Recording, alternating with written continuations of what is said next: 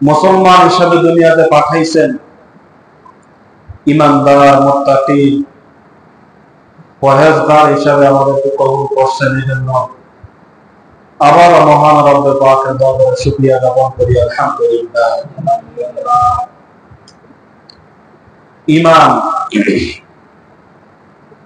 অনেক মূল্যবান একটা জিনিস। ঈমান আছে তো আপনার মূল্য আছে, ঈমান নাই তো আপনার মূল্য নেই।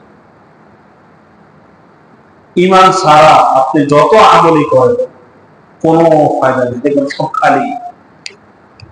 ঈমান আছে, অল্প আমল করবেন, এটাই নাজাতের জন্য যথেষ্ট। এই জন্য যুগ যুগ ধরে নবী রাসূলরা, সাহাবায়ে আজমাইন, তাবেঈন, আইম্মায়ে মুস্তাহিদিন, সালফুস সালেহিন, বুজুর্গানে দ্বীনেরা সবাই আগে ঈমানের তালকিন দিছে, ঈমানের সবক দিছে, ঈমানের দাওয়াত দিছে। ঈমান গ্রহণ করো, বলো লা ইলাহা ইল্লাল্লাহ মুহাম্মাদুর রাসূলুল্লাহ দাখালাল জান্নাহ। ঈমান আনো তো জান্নাতে চলে যাবে। ঈমান আছে, আপনার ঈমান আছে, হয়তো বা আল্লাহ তাআলা আপনাকে মাফ করে দিতে পারে, জান্নাতের আশা করা যায়। কিন্তু ঈমান নাই, কিন্তু আমল আছে, বহুত আমল করতেছে, জান্নাতে যাওয়ার কোনো সুযোগ নেই। একজন ঈমানদারের মূল্য আল্লাহ তাআলার কাছে অনেক বেশি। কেউ যদি ঈমান আনয়ন করে আল্লাহ তাআলার উপর, তো একজন ফেরেশতা তার ঈমানটা নিয়ে জমিন থেকে আসমানে রওনা দিতে থাকে।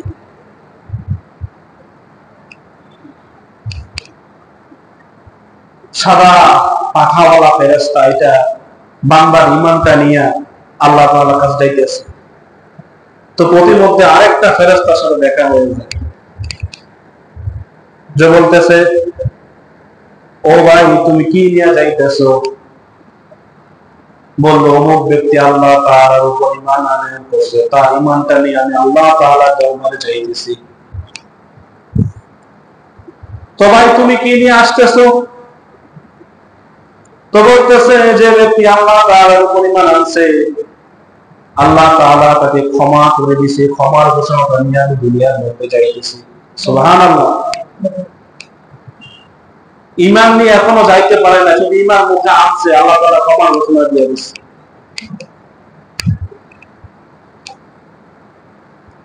নবীজির একজন ইহুদি গোলাম ছিল,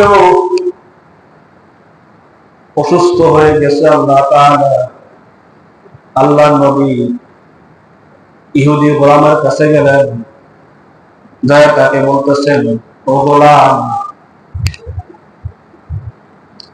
তুমি আমার সাথে সাথে বলো লা ইলাহা ইল্লাল্লাহ মুহাম্মাদুর রাসূলুল্লাহ, আল্লাহ তাআলা তোমাকে মাফ করে দিবে। ইহুদি গোলাম একবার নবীর দিকে তাকায়, আরেকবার মুহাম্মাদের দিকে তাকায়, একবার নবীর দিকে তাকায়, আরেকবার তার পিতার দিকে তাকায়। পিতা ইশারা দিয়ে বলতেছেন, মুহাম্মদ যা বলতেছে তুমি তার সাথে তা বলে নাও। ইহুদি সঙ্গে সঙ্গে কালিমা পড়ছে। তার কিছুক্ষণ পরে ইহুদি গোলাম দুনিয়া ত্যাগ করলেন। দেখা গেছে আল্লাহ তাআলা তার সমস্ত পিছনের সমস্ত গুনাহ মাফ করে দিয়েছে। নবীজির চাচা আবু তালেব, হযরত আলী রাদিয়াল্লাহু তাআলা আনহুর পিতা, সারাটা জীবন নবীকে আগলায় রাখছে, নবীকে মহব্বত করছে, ভালোবাসছে। মৃত্যু শয্যাশায়িত আব্দুল মুত্তালিব, আবু তালেব মৃত্যু শয্যাশায়িত। নবীজি কানে কানে বলতেছেন, ও চাচা, একবার আমার কানে কানে আপনি বলেন লা ইলাহা ইল্লাল্লাহ, শুধু একবার বলেন, আমি কাল কিয়ামতের দিন আপনার পক্ষে সুপারিশ করতে পারবো। আপনি শুধু আমার কানে কানে বলেন, দুনিয়ার কেউ শোনা লাগবে না। আপনি আমার কানে কানে বলেন লা ইলাহা ইল্লাল্লাহ মুহাম্মাদুর রাসূলুল্লাহ। পাশে আবু জাহেল বসে আছে, আবু জাহেল তার দিকে তাকায় হইতেছে, কি ভাই সারা জীবন বাপ দাদা ধর্ম পালন করে আইছেন, এখন শেষমেশ কি মুহাম্মদের ধর্ম নিয়ে মরবেন, বাপ দাদা ধর্মের মুসলটাই লাগাইবেন? তো সমাজের মধ্যে কিছু মানুষ দেখবেন থাকে, ভালো কাজ দেখলে ভালো লাগে না, চুলকানি উঠতে যায়।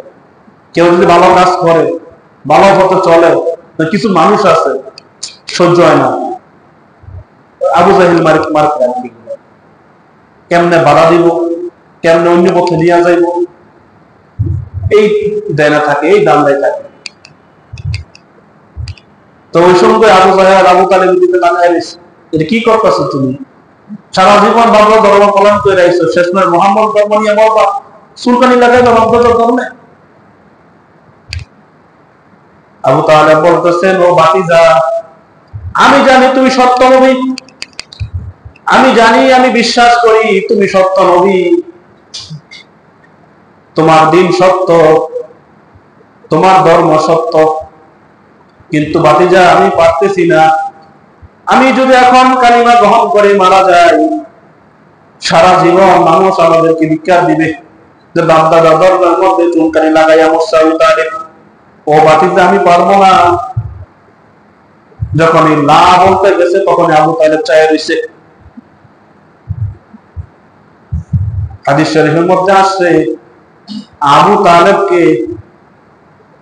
তালেবকে দুনিয়ার সমস্ত মানুষের যে শাস্তি হবে, সবচেয়ে কম শাস্তি আবু তালেবকে দিবে। কি শাস্তি? আগুনের জোতা, 2 জোড়া আগুনের জোতা আবু তালেবের পায়ের মধ্যে পরাইয়া দিবে। পায়ের তাপে মাথার মগজগুলো টনবক টনবক করতে থাকবে। এটা হলো কি সবচেয়ে নিম্ন শাস্তি। নবীকে মহাব্বত করছে, অনেক ভালোবাসছে, নবীকে লালন পালন করছে, বড় করছে, কিন্তু ইমান আনে নাই, ইমান নসিব পায় না,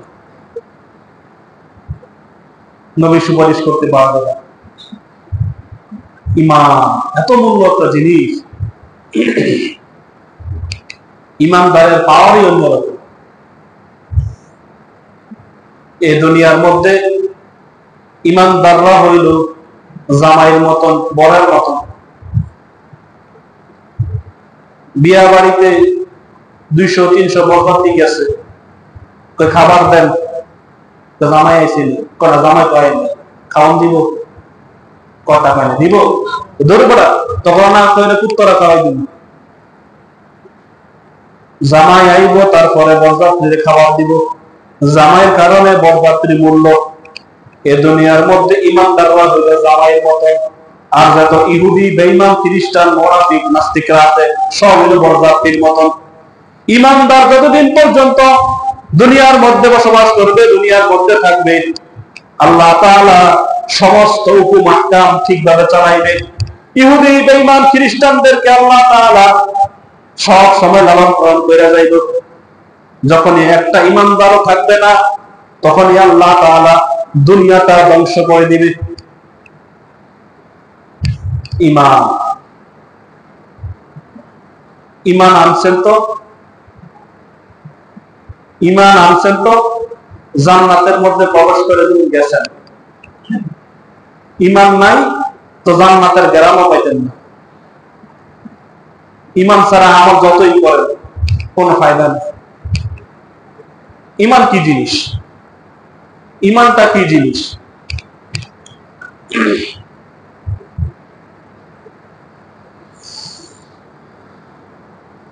ইমানটা হইল আল্লাহ তাআলা যত হুকুম আহকাম আছে, যত আরকান আছে, সবকিছু নিজের বিশ্বাসে, অন্তরে, মুখে মানিয়া লওয়া স্বীকার করা, এটার নাম হলো ঈমান।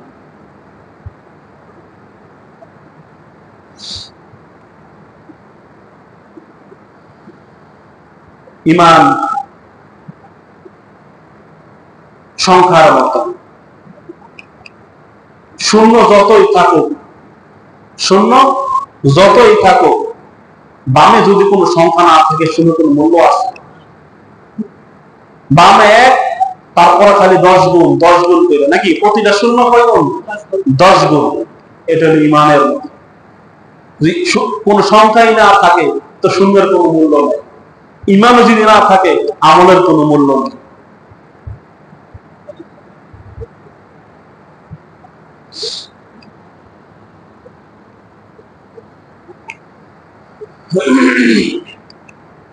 ইমানদার সব সময় আল্লাহ তাআলার হুকুম আহকামকে মানিয়ে চলবে, বিশ্বাস করবে। একজন নামাজ পড়ে, আবার মনে মনে ধারণা করে কি দরকার ছিল নামাজটা দেওয়া, সময় নষ্ট, ঠিক মতন অফিস করতে পারি না, মিটিং করতে পারি না, এই জায়গায় সেই জায়গায় যাইতে পারি না। নামাজ পড়ে কিন্তু মনে মনে আবার এগুলা বলে, তার ইমান আসেনি। আরেকজন ইমান আছে আলহামদুলিল্লাহ, নামাজ এক জুমা পড়লে আরেক জুমা পড়ে না, এক ওয়াক্ত বললে আরেক ওয়াক্ত পড়ে না, এক ঈদে আইসা আরেক ঈদে সে মানে আমি নামাজ পড়তে পারি না, আমার গুনাহ হইতেছে, আমার পাপ হইতে, আমি পাপ করতেছি, সেটা মানে ইমানটা আছে।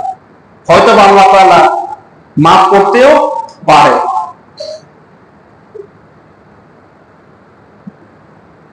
রোজা রাখি,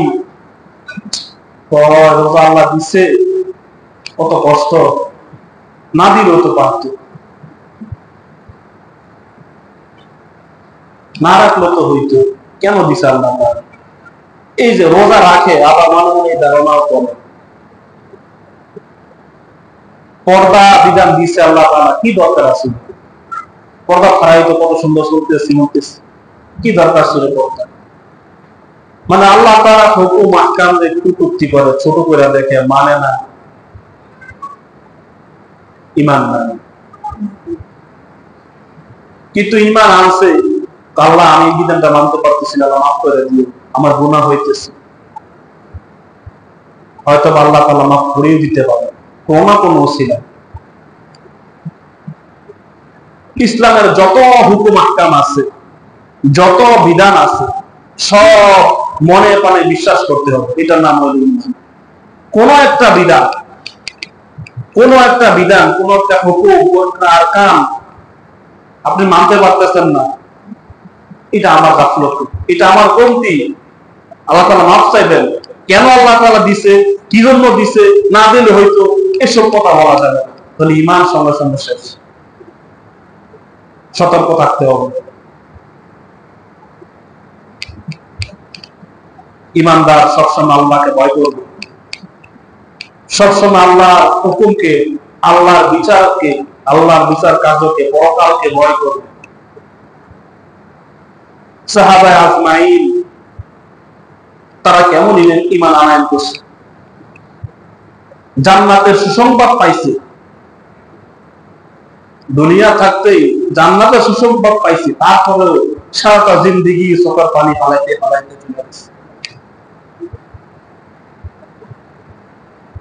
অর্ধজাহানের খলিফা হযরত ওমর ফারুক রাদিয়াল্লাহু তাআলা জান্নাতের সুসংবাদ প্রাপ্ত সাহাবী,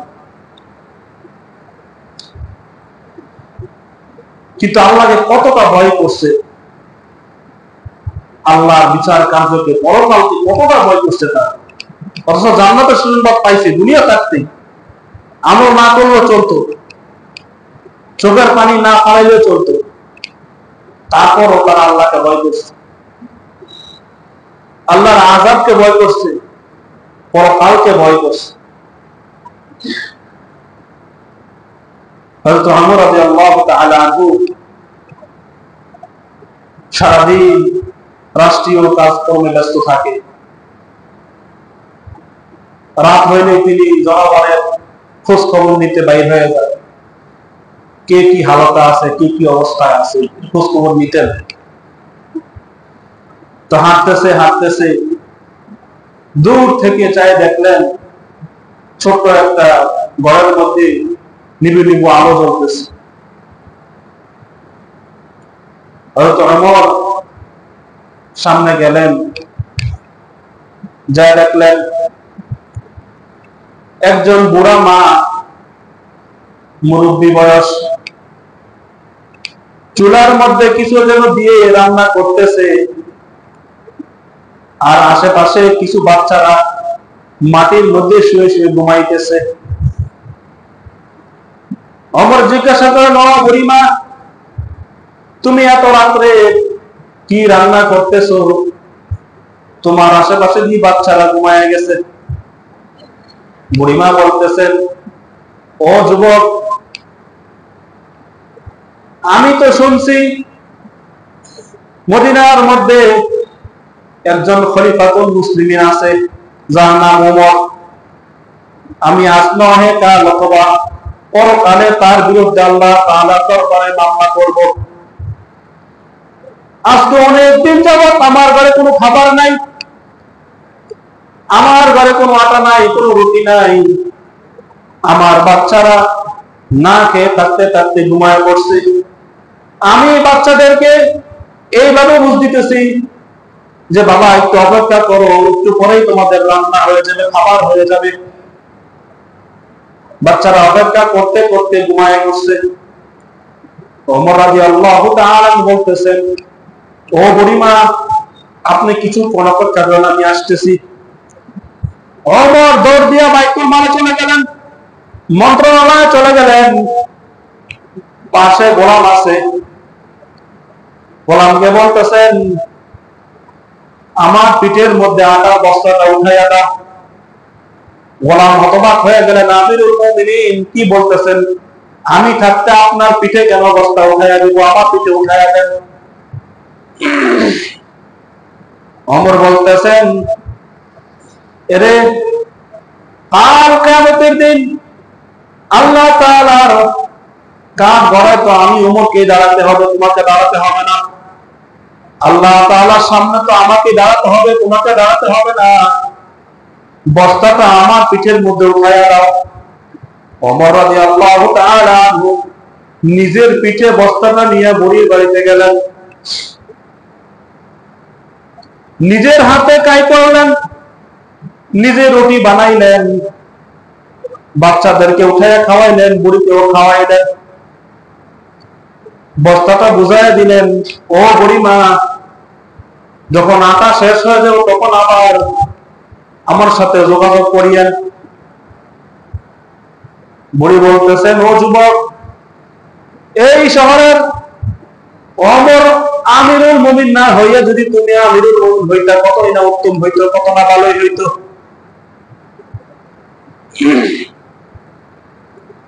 ওমর রাদিয়াল্লাহু তাআলা চোখ দিয়ে জড়জড় করে পানি ঝরতেছে। পরদিন মন্ত্রণালয় থেকে সংবাদ আসছে, বুড়িকে ডাক দাও।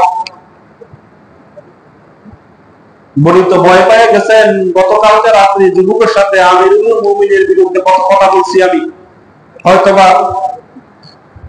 আমিরুল মুমিনের কাছে আমার কথাটা পৌঁছায় গেছে, আমার তো আর রক্ষা নাই, বাচ্চাদের কাছ থেকে বিদায় নিতেছে, আমাকে মাফ করে দাও, ক্ষমা করে দাও। আমিরুল মুমিনিন আমাকে ডাকতেছে।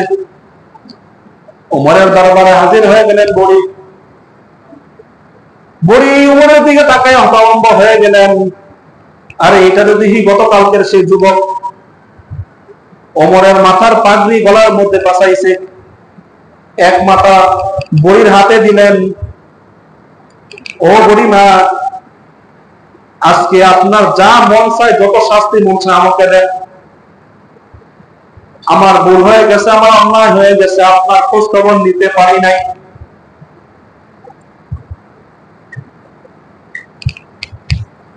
আপনার যেভাবে দেখভাল করার উচিত ছিল আমি সেইভাবে দেখভাল করতে পারি নাই। আজকে আপনি আমার বিচার করেন, যে শাস্তি দিবেন আমি মাথা পেতে নিব। আমি কাল কিয়ামতের দিন মহান রব্বে কারিমের সামনে কিভাবে দাঁড়াবো? তার আদালত যদি আমাকে ডাক দেয়, ওমর, তোমার শাসন আমলে আমার এক বান্দি না খেয়েছিল, এই বলে যদি আমাকে গ্রেফতার করে, আমার ওমরের কোনো উপায় থাকবে না। আমিরুল মুমিনিন, অর্ধ জাহানের খলিফা, জান্নাতের সুসংবাদ প্রাপ্ত, তারাও আল্লাহকে ভয় করছে।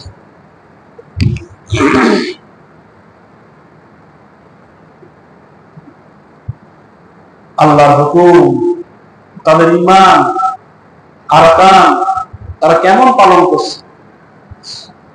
সারা জীবন কাঁদছে, চোখের পানি পালাইছে, না আমার অপরাধ হয়ে গেল, না আমার কোনো গুনাহ হয়ে গেল, না আমার দ্বারা কেউ কষ্ট পাইল।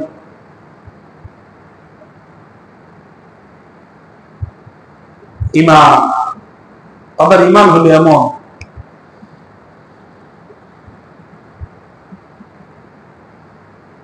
আল্লাহ আল্লাহর নবীর বিরুদ্ধে কেউ কথা কইলে, রাসূলের বিরুদ্ধে, ইসলামের বিরুদ্ধে, আল্লাহর আইনের বিরুদ্ধে কেউ কথা কইলে তার গর্দান থাকতো না। তারা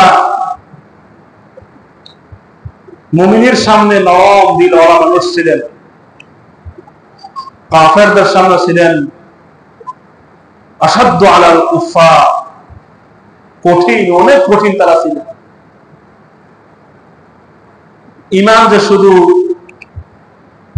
ঈমান শুধু যে নরম তা না, ঈমান কিন্তু গরম। যে জায়গায় নরম সে জায়গায় নরম, যে জায়গায় গরম সে জায়গায় গরম। আবু বকর নরম দিলওয়ালা মানুষ ছিলেন।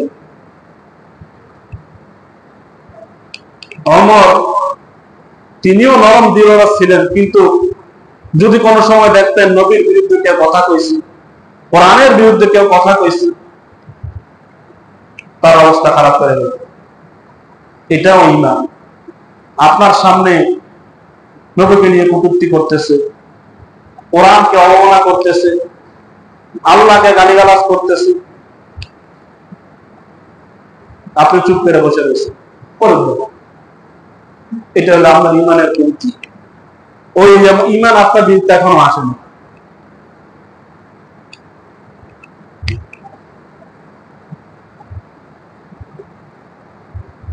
সৎ পথের আদেশ, অসৎ পথের নিষেধ, সৎ কাজের আদেশ, অসৎ কাজের নিষেধ, এটার নাম হলো ঈমান। সৎ কাজের আদেশ করবেন, আবার আপনার সামনে কি অসৎ কাজ করতেছে, হয়তো মুখে বাধা দিবেন, মুখে না শুনলে আপনার হাতের শক্তি যতটুকু আছে ততটুকু প্রয়োগ করবেন, যতটুকু সম্ভব। অতটুকু না থাকলে অন্তরে অন্তরে হইলেও কি ঘৃণা করবে। ওমর, হযরত সিদ্দিক আকবর রাদিয়াল্লাহু তাআলা আনহু, তার ব্যাপারে আল্লাহ তাআলা একটা আয়াত নাযিল করেছিল, তার কথার সাথে মিল রেখে, তার কথার সাক্ষী হিসাবে। অথচ আবু বকর কিন্তু নরম। প্রতি জুমায় ইমাম খতিব সাহেবরা একটা হাদিস পড়ে, এটা আলেম ওলামা সাধারণ জনগণ সবাই জানে। আরহামু উম্মতি বিউম্মতি আবু বকর ওয়া আশাদতুহুম ফি আমরিল্লাহি উমর ওয়া আস্তাকুম হায়ান উসমান ওয়া কাদাহুম আলী ওয়া ফাতিমাতু সাইয়্যিদাতু নিসাই আহলিল জান্নাহ। নবীজি কিছু সাহাবাদের ব্যাপারে কিছু গুণ গায়া গেছেন, কিছু গুণ বলে গেছেন। এই হাদিসটা সবাই জানে, কানে কানে সব মুখস্থ। ভুল বললে আপনার সুরার সুযোগ নাই, কিন্তু পরবর্তী কি আছে এটা বলতে পারবেন না। সাধারণ মানুষ এটা শুনতে শুনতে কানের হাফেজ হয়ে গেছে, কিন্তু মুখে না বলতে পারলো কানের হাফেজ। আপনি ভুল বললে বেড়া লাগবে। আরহাম উম্মতি বিউম্মতি আবু বকর। আরহাম মানে কি? আরহাম হলো নরম দিলওয়ালা মানুষ। আরহাম উম্মতি বিউম্মতি আবু বকর। আমার উম্মতের মধ্যে সবচেয়ে নরম দিলওয়ালা মানুষগুলোকে হযরত সিদ্দিক আকবর রাদিয়াল্লাহু তাআলা। তাদের ঈমান কেমন ছিল? সিদ্দিক আকবর নরম দিলওয়ালা মানুষ, কিন্তু একদিন ইহুদি আলেমের মজমার মধ্যে গেছে।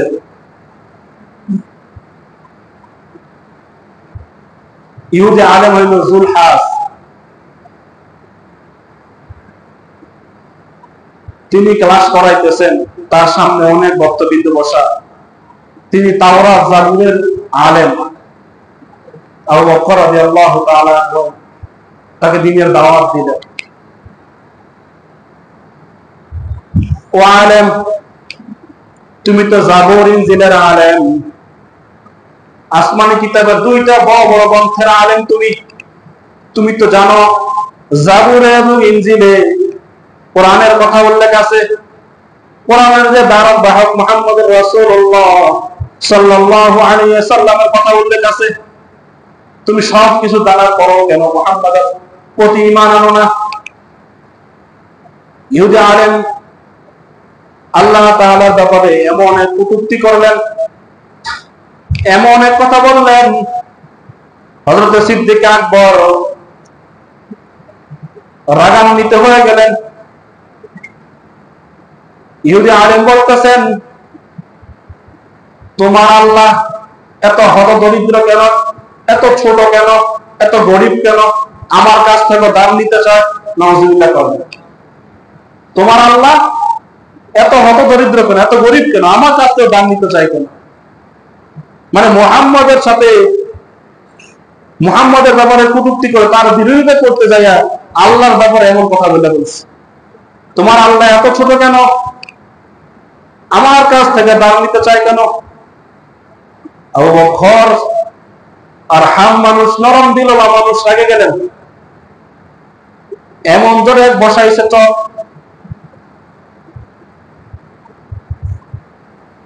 আবু বকরের তখন বয় ছিল না যে তার সামনে তো অনেক মুরিদ আছে, অনেক মানুষ আছে তার আশেপাশে। তিনি এটা চিন্তা করলেন নাই, আল্লাহর বিরুদ্ধে বলছে তো সঙ্গে সঙ্গে থাপ করে বসাই দিচ্ছে। এখান থেকে বস্তা হয়ে গেছে। ইহুদি আলেম বলতেছে, আবু বকর এই জামানার সবচেয়ে ভালো মানুষ, তার থেকে ভালো মানুষ আর দুনিয়াতে নাই। উম্মতের মধ্যে সবচেয়ে উত্তম মানুষ হইল আবু বকর, তার উপরে কেউ উঠতে পারবে না। নবীদের মধ্যে সবচেয়ে মাকাম ওয়ালা নবী আমাদের মুহাম্মদুর রাসূলুল্লাহ সাল্লাল্লাহু আলাইহি ওয়াসাল্লাম, তার উপরে কেউ উঠতে পারবে না। আবু বকর বিরুদ্ধে কার কাছে নালিশ দিব? দৌড়াইয়া নবীজি সাল্লাল্লাহু আলাইহি ওয়াসাল্লাম কাছে গেলেন, নবী আপনার সাথে আবু বকর দেখেন আপনি কি করছে? নবীজি হতবাক হয়ে গেলেন, কি বলো? আবার বলো, কে বলছে এই কাজ, কে করছে? আবার বলো যে আপনার সাথে আবু বকর পারে না, আবু বকর এই কাজ করতে পারে না, এটা হলো ওইটা হলো, করলে করতে পারো ওমর। তুমি ভালো করে চিন্তা ভাবনা করে বলো এই কাজ কে করছে? আপনার সাথে আবু বকর, দেখেন আমাকে কি করছে। নবীজি হতবাক, আরে আরহাম দিলের মানুষ, নরম দিলের মানুষ, তিনি আবার এই কাজ করতে পারে কিনা? হঠাৎ আবু বকর সামনে উপস্থিত। ইহুদি আলেম হতভম্ব হয়ে গেলেন, আরে একটু আগে যার চর খাই আসলে সে আমার সামনে কেমন কেমন করতেছে। নবীজি আবু বকর বলতেছেন, ও আবু বকর তুমি কি তাকে এইভাবে মারছো? যে হ্যাঁ আমি মারছি। আরে কি বল, তুমি এই কাজ করছো? ও নবী আপনি হতবাক হয়েন না, আশ্চর্য হয়েন না, কেন মারছে সেটা আগে শুনেন। তাকে কেন মারছি সেটা আগে শুনেন। তো কেন মারছে? ও আল্লাহর নবী, সে আমার রবের ব্যাপারে, সে আমার মালিকের ব্যাপারে এমন কটূক্তি করছে। আপনার মাধ্যমে যাকে আমি চিনছি, আপনার মাধ্যমে যার দাওয়াত আমি পাইছি, আপনার মাধ্যমে যার রাস্তায় আমি গেছি, ওই মালিকের ব্যাপারে ইহুদি আলেম কি কটূক্তি করছে সেটা শুনেন। সে বলতেছে আমার আল্লাহ নাকি গরিব, আমার আল্লাহ নাকি ছোট লোক, আমার আল্লাহ নাকি ভিক্ষুক, আমার কাছ থেকে কেন ভিক্ষা নিবে, সে কথা বলছে। ইহুদি আলেম তো মাথা গরম হয়ে গেছে, পয়সামা গরম। আরে আমি তো খুব বড় অন্যায় করে ফেলছি।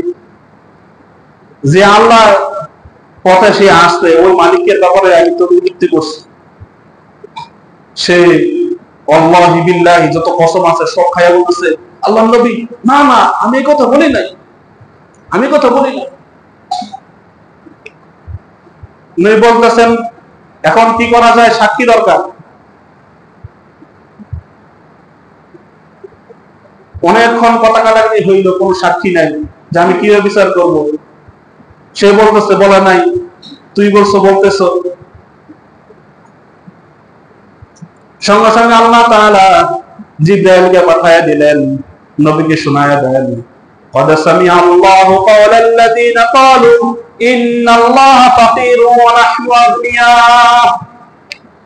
ও আল্লাহর নবী, ইহুদি আলেম আমার ব্যাপারে যা বলেছে আমি শুনেছি, আবু বকর যা বলেছে সে সত্য বলেছে।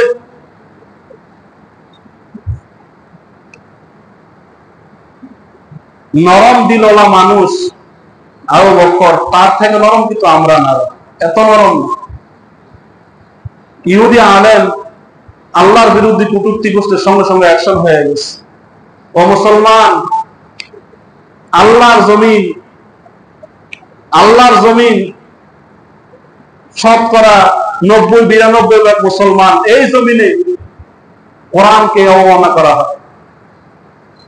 গত 2-1 দিন আগে কোন ভার্সিটি জানি কোরআনকে অবমাননা করছে। মুসলমান, আমরা হলো নরম দিলের মানুষ, আমরা আবু বকরের উত্তরসূরি। মিটিং মিছিল হাঙ্গামাঙ্গাম আমাদের পছন্দ না। যখনই কোনো দিনের উপর আঘাত আসবে, কোরআনের উপর আঘাত আসবে, নবীর উপর আঘাত আসবে, কোন ইমানদার কোন মুসলমান ঘরে বসে থাকতে পারে না।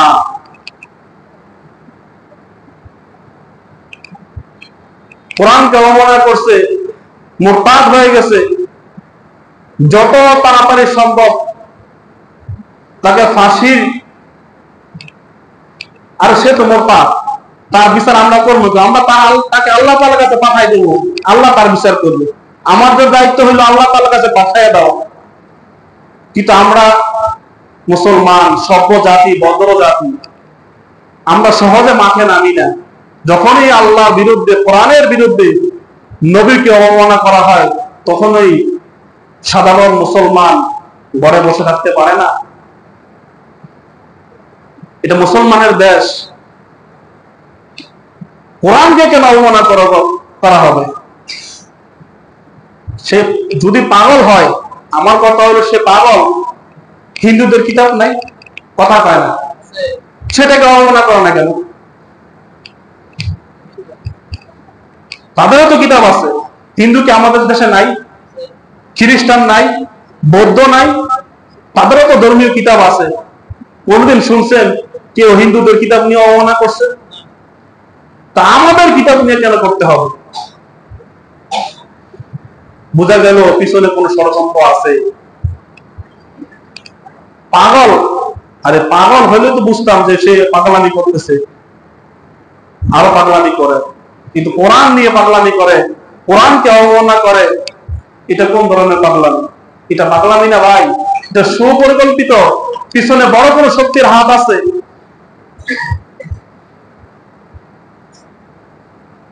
উচিত ছিল সঙ্গে সঙ্গে তাকে ফাঁসির কাস্টে ঝুলাই দাও।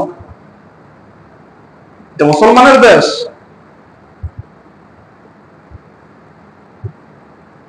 কোন মুসলমান ঘরে বসে থাকতে পারে না, সহ্য হয় না। আমরা তো আল্লাহর গুণগানের কথা বলবো, জিকির আজগার করবো, কোরআনের হাদিস শোনাবো, কোরআনের তর্জমা শোনাবো। যদি এরকম কোনো কাজ করে যে কিছু হইলে হুজুররা মাথা নামে কেন, কিছু হইলে মুসলমান হাঙ্গামা করে কেন, কেন করে সেটা আগে বার করেন, কি জন্য করতেছে সেটা বার করেন, তাই তো আর কেউ নামেন। মুসলমান এটা ইমানি দায়িত্ব, এটা ইমানদার। কেমন ইমানদার এটা বুঝার একটা আলামত হইল এগুলা। কোন ইমানদারকে সহ্য করে না। যত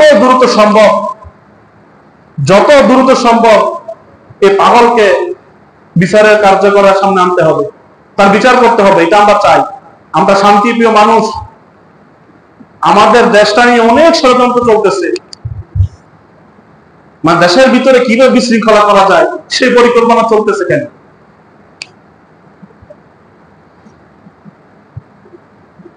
সম্মানিত হাজিরিন, ইমানদার, মুত্তাকি মুসলমান, ইমান আমলের সহিত চলবে। ইমানের উপর আঘাত মানলে যত সম্ভব চেষ্টা, যতটুকু পারা যায় আমরা প্রতিবাদ করব। এটা হচ্ছে একজন ইমানদারের, একজন মুসলমানের দায়িত্ব এবং কর্তব্য। যোগে যোগে সাহাবায়ে আজমাইন আমাদেরকে এই শিক্ষাই দিচ্ছে। তারা মুসলমানের সামনে হলো নরম দিলওয়ালা মানুষ, আর মানুষ, আর বেঈমান নাস্তিক কাফের তাদের সামনে হলো অসাধ্য মানুষ, অসাধ্য আল কুফফার, তাদের সামনে অনেক কঠিন মানুষ তারা ছিল। এবার আমরা মুসলমানের সামনেও নরম, কাফেরদের সামনেও নরম। এই জন্য আজকে জায়গায় জায়গায় মুসলমান অপরাজিত, জায়গায় জায়গায় মুসলমান মার খায়, জায়গায় জায়গায় মুসলমান লাঞ্ছিত হয়, ইসলামকে লাঞ্ছিত করে, কোরআনকে লাঞ্ছিত করে, নবীকে লাঞ্ছিত করে। আমাদের কোনো আওয়াজ নেই। এই ঈমান নিয়ে কাল কিয়ামতের দিন আল্লাহর সামনে দাঁড়াইবেন, নবীর সামনে দাঁড়াইবেন। আল্লাহ তাআলা আমাদেরকে প্রকৃত ঈমানদার মুসলমান হিসাবে কবুল করুন। সবাই বলে আমিন। ঈমানি দায়িত্ব, যার যার ঈমানি দায়িত্ব পালন করার তৌফিক দান করুন। সবাই বলে আমিন। ওয়া আখিরু দাওয়ানা আলহামদুলিল্লাহি রাব্বিল আলামিন ওয়া মা আলাইনা ইল্লাল বালাগ। রাসূলুল্লাহ পড়না চালানা কাবলাতুল সুন্নাহ।